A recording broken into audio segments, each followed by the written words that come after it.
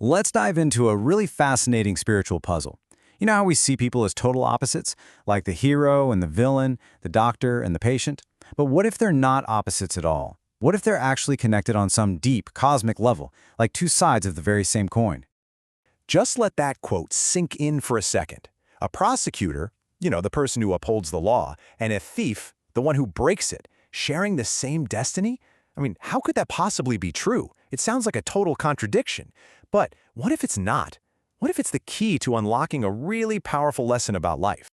Now, I know what you might be thinking. Oh, that's just a clever metaphor.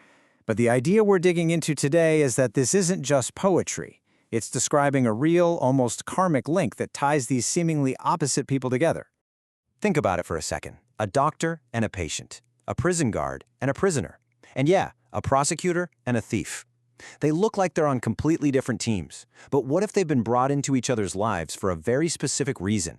What if they're there to teach each other something absolutely essential for their own growth? So if we look at it this way, a prosecutor's job isn't just a career path, right? It's more like a spiritual assignment. And just like any assignment you've ever had, there are two possible outcomes. You can pass or you can fail. Let's break down what those two paths actually look like. To really get this, there's this brilliant analogy of a prison guard. Okay, so on path number 1, we'll call it stagnation, the guard just clocks in and clocks out. It's just a job. They repeat the same day over and over again, basically serving time right there with the prisoners. But then there's path number 2, graduation. This guard sees an incredible opportunity, an opportunity to learn, to really understand the people, the system, and to pull a whole new wisdom out of that experience. And what's the result of choosing that first path, the path of stagnation? Well, this number says it all. 27 years, an entire career, just stuck, locked in the same cycle, day in and day out, completely failing to learn the lesson. That's not just serving time.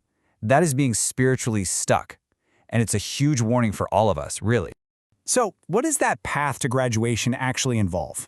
Well, it's pretty much a 4-step process. First, the guard makes a conscious choice to study their subjects. They don't just watch them, they engage. Step 2, they start to record their observations, noticing the patterns, hearing the stories. From there, step 3, they synthesize their findings into a much deeper understanding.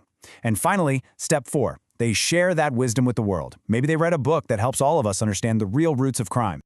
And here's the real kicker. Mastering the lesson is what leads to promotion. Once our prosecutor truly gets the world of the petty thief, they graduate. They don't need that lesson anymore. So what happens? They get a bigger, more complex assignment, maybe taking on massive political or economic corruption. They've literally leveled up.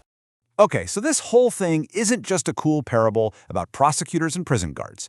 This is a principle that every single one of us can use. It's about looking at the challenges in our own lives in a completely different way. That person who feels like your opponent, start thinking of them as your textbook. I mean, just reframing it with that one word, textbook, changes everything, doesn't it? That person or that problem that keeps popping up in your life, it exists for one reason, to teach you the exact lesson you need to learn so you can graduate. That thief isn't just an adversary for the prosecutor. They are the required reading, delivered right to their desk. You ever wonder why a prosecutor might see the same repeat offender over and over again? It's because the lesson wasn't fully learned the first time around. It's like life itself is saying, nope, you didn't get it. Let's assign you the same textbook again. Maybe this time you'll actually do the reading. And hey, this principle isn't just for the world of law and order. To see just how universal it is, let's look at another really powerful example, the doctor and the patient. So you've got two kinds of doctors. First, there's the technician.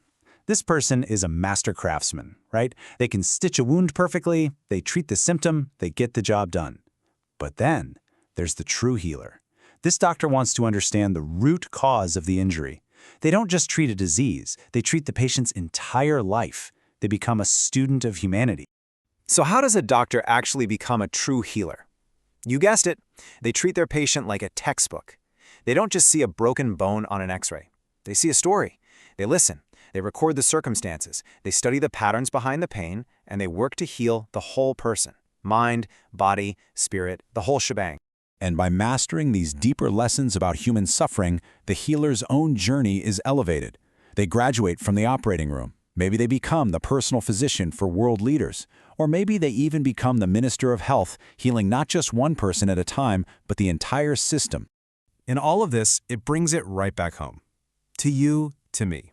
This isn't just some interesting theory to talk about. It's a really practical guide for how we can break the repeating, frustrating cycles in our own lives. So let's make this personal. Take a second and really think. Who is the thief or the patient in your life? What is that recurring challenge, that difficult person, that situation that just keeps showing up no matter what you do? That thing right there, that's your textbook. This is the absolute core of it. The whole point of that challenge isn't for you to fight it or defeat it or win. The goal is to learn from it. You have to see it as a curriculum that has been perfectly designed for your own evolution. So I'm going to leave you with this one final question. As you look at the obstacles and the opponents in your own life, ask yourself this, honestly. Are you just serving your time, stuck in a loop, or are you finally ready to open up your textbook and start studying for your graduation?